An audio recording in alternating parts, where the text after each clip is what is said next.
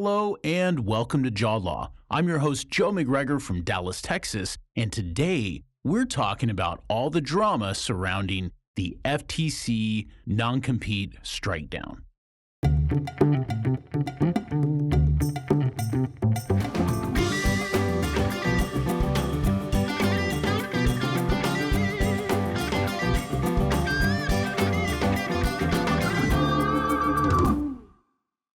Any material communicated on this podcast is for general informational purposes only and is not intended to be legal advice. Nothing herein should be considered to create an attorney-client relationship. Please consult an attorney for legal advice on your matter. Okay, so before we get started, a couple of housekeeping items. Number one, thank you to those who have liked and shared and reviewed the podcast because it is so helpful, and would ask as a favor to you who listen and have not done that, if you could please help us out. It really does help get this out to more people. And not only to get out to more people, obviously the purpose here is to help as many dentists as we can. Next item up is a reminder that on January 17th, we're hosting a workshop here in our Dallas, Texas office. It's going to be from 9 to 1, and we're going to have a few professionals, industry experts, who are going to educate you and, importantly, answer all your questions about either buying or starting a practice. Again, the promise here, this is not like a salesmanship thing where we're trying to get certain people in front of you so that you'll hire them. Instead, we're trying to just have a few hours of pure honesty, even if it cuts against people's interests, but to help you fully understand how to make these decisions, how to get financing, how to find a practice, how to find a location, maybe the pros and cons of doing a startup versus a practice purchase. It'll be a good time, but you need to register, www.jawlaw.com. There's a form on that page. Find it, fill it out, and register. It's free, but the space is limited. We're capping attendance, so make sure you go do that. And now on to the show. And the show is pretty exciting as far as dental law goes. This is about as sexy and thrilling as it gets, which maybe is a little sad. But for those of you who have been following along at home, remember we've had 2 previous episodes so far. And those 2 episodes, first of all, talk about a rule that the Federal Trade Commission rolled out. In fact, we've actually done more than 2 episodes, but 2 recent episodes. I'm pointing them out because I don't want to have to rehash everything. But just suffice it to say that the FTC rolled out a rule banning virtually all non-competes. And again, a non-compete is this prohibition on an employee being able to work upon termination, either nearby their former employer or some other restriction like that. But the way we most commonly see these are these mileage restrictions. So if you leave a practice and you can't practice 10 miles from that practice, once you leave, that's a non-compete. That was ruled as unenforceable earlier this year. And then we had an update a couple of weeks ago because there are a few challenges to this rule.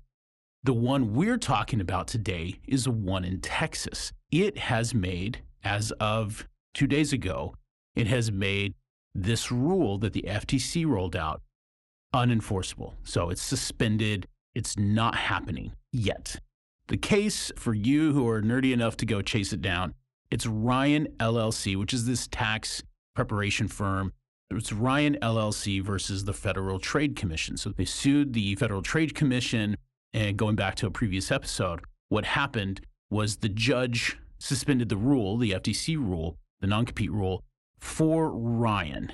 And what that means is that when someone files this injunction, which means, hey, we want this law to not go into effect, and because it was supposed to go into effect September 4th, and Ryan said, if you do that, we're going to be pretty screwed. So please don't let this rule go into effect. And the court at the time said, okay, we will not let it go into effect for you for now. And we're going to come back and we're going to make a full ruling in August. That has now been done, and the judge has issued that ruling. And importantly, we'll talk about this, but importantly, the judge made the ruling not just for Ryan, but for everyone nationwide. Now, I don't want this episode to get into the nitty-gritty because honestly, it's a little bit boring, but I think it's important to highlight some of this opinion so that you understand maybe what's the likelihood of this continuing, this kind of creeping back up, or if you're someone who is in favor of the FTC rule, what's the likelihood of getting it back on, right? And so, on this podcast, we don't take sides. Even if we have our personal opinions, we are trying to inform. We're not trying to choose sides here, just trying to educate. In summary, Ryan, the company, they had said that the FTC rule violated something called the Administrative Procedure Act. They pointed to a few reasons. Number one, the FTC lacked the authority to promulgate the rule in the first place. Number two, even if it did have that kind of authority, that we talked a little bit last time about this non-delegation doctrine, that even if they had the authority, this violated that non-delegation doctrine. Number three, it is unlawfully retroactive, right? So you have all these contracts that are in place, millions of contracts, and it's just throwing them aside. Number four, that the FTC was arbitrary and capricious. And we don't have to get too deep into that, but it's like, what does that mean? Well, it's in reference to that Administrative Procedure Act when it instructs a court, hey, if you ever see an administrative agency being arbitrary and capricious, you got to set aside whatever they're doing, whatever rule they made. And so that was another point of attack. And then finally, and we're not going to talk about it, but the FTC is unconstitutionally insulated from presidential control. And that's a quote, but we don't have to touch that. My vote around politics. And that ultimately wasn't what the court focused on. And just really briefly, maybe out of fairness, the FTC made an argument as well as to like why they could do this. And of course, they're citing the authority in the actual act that created the FTC in the first place. And I think it was like 1914 I was reading. And they're saying, hey, this is part of what we do, that they've been charged in, and I'm quoting from that law, prohibits unfair or deceptive acts or practices in or affecting commerce. And interestingly, the judge agreed with that part, that she's not disagreeing with it. She said, hey, that doesn't mean you can make substantive rules that have these far-reaching effects. In fact, she pointed out that that rule doesn't like give penalties or any kind of sanctions or anything for violations of that. Quoted, it's housekeeping rules. That's what the authority is for. And so, therefore, without an express permission from Congress, that the FTC just can't make this kind of rule. In fact, one of the quotes from the case is, the role of an administrative agency is to do as told by Congress, not to do what the agency thinks it should do. So maybe a difference of opinion as to what role an administrative agency like the FTC should even play, especially when it comes to far-reaching rules that have a great ability to impact the American economy. And ultimately, the court focused on two arguments. Number one, that the FTC exceeded its statutory authority by making this rule. And number two, that the rule is arbitrary and capricious, which again, like I said earlier, means they have to set it aside. One thing that I thought was interesting is the judge said that this rule imposes a one-size-fits-all approach with no end date, which fails to establish a rational connection between the facts found and the choice made. Lack of evidence as to why they chose to impose such a sweeping prohibition that prohibits entering or enforcing virtually all non-competes instead of targeting specific harmful non-competes renders the rule arbitrary and capricious. Sorry for the extra heavy dose of law today, but it's important to kind of pick that out and try to understand what that's going to mean for future courts, because just right before this, a Pennsylvania court said, because this was contested in Pennsylvania, if you remember back from a previous episode, that Pennsylvania court actually upheld the FTC's ability to make this rule. So now we've got this difference of opinions. There was also recently a Florida court that struck this down, but interestingly only did it for that particular plaintiff. So keeping it case by case. So this is monumental because it has an effect on all employers. So this is directly targeting the FTC. And of course, the FTC is going to want to appeal, probably only going to want to appeal the Texas court case. And that's going to go to the Fifth Circuit. The Pennsylvania case, they won. So obviously they're not going to appeal that. But I'm expecting that the plaintiffs in that case are going to want to appeal.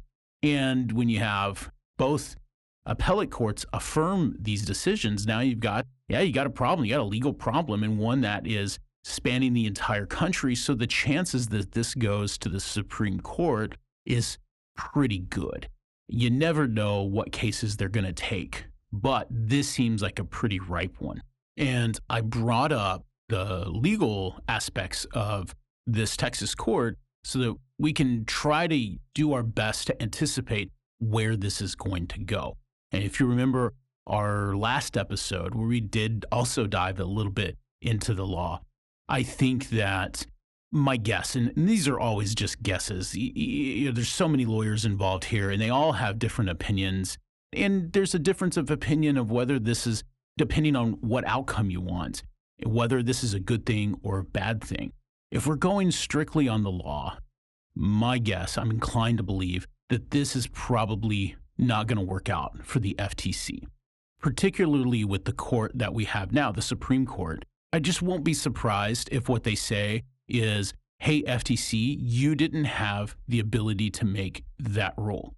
If you really want that rule, you can go to Congress and Congress can authorize you to make that rule, or Congress can make the rule themselves. I think that's really what the American government wants out of their rulemaking process and just wants the agencies to execute the law, not make the law. And so I think the court is going to encourage Congress, like, hey, if you really want this, if you want a national non-compete ban, go ahead and do that, but you have to do it at the congressional level. And then the FTC can enforce that, make its rules about how it's going to enforce it. But that's the way they want it to work. So I've never really had a lot of hope. And I'm not saying hope like as in I want it to happen or not happen. I'm saying I've never really expected that this rule would pass muster, pass legal muster. It was kind of damaged from the moment it left the garage. So what does that mean for you? It means, hey, right now, this rule doesn't exist. It hasn't like fully gone away yet. So keep an eye out, look for updates. But it had originally instructed employers to send out a letter to their employees who had a non-compete, advising them that you no longer have. Like, it just didn't want somebody thinking they had a non-compete, and in reality they didn't. And so you were under an obligation as an employer to send out these letters. Now you don't have to.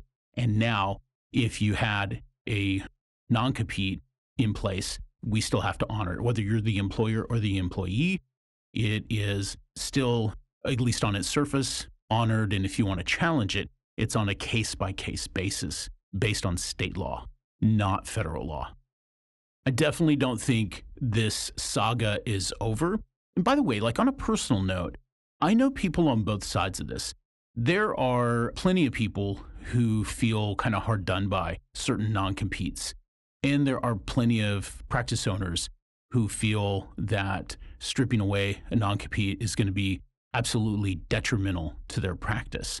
I think at the heart of it, one of the attacks from the court was like, hey, you just, it's a light switch. One day you have non-competes and the next day you don't. There had to be some type of more thought put into this, whether you needed to affect all non-competes or just the really egregious ones.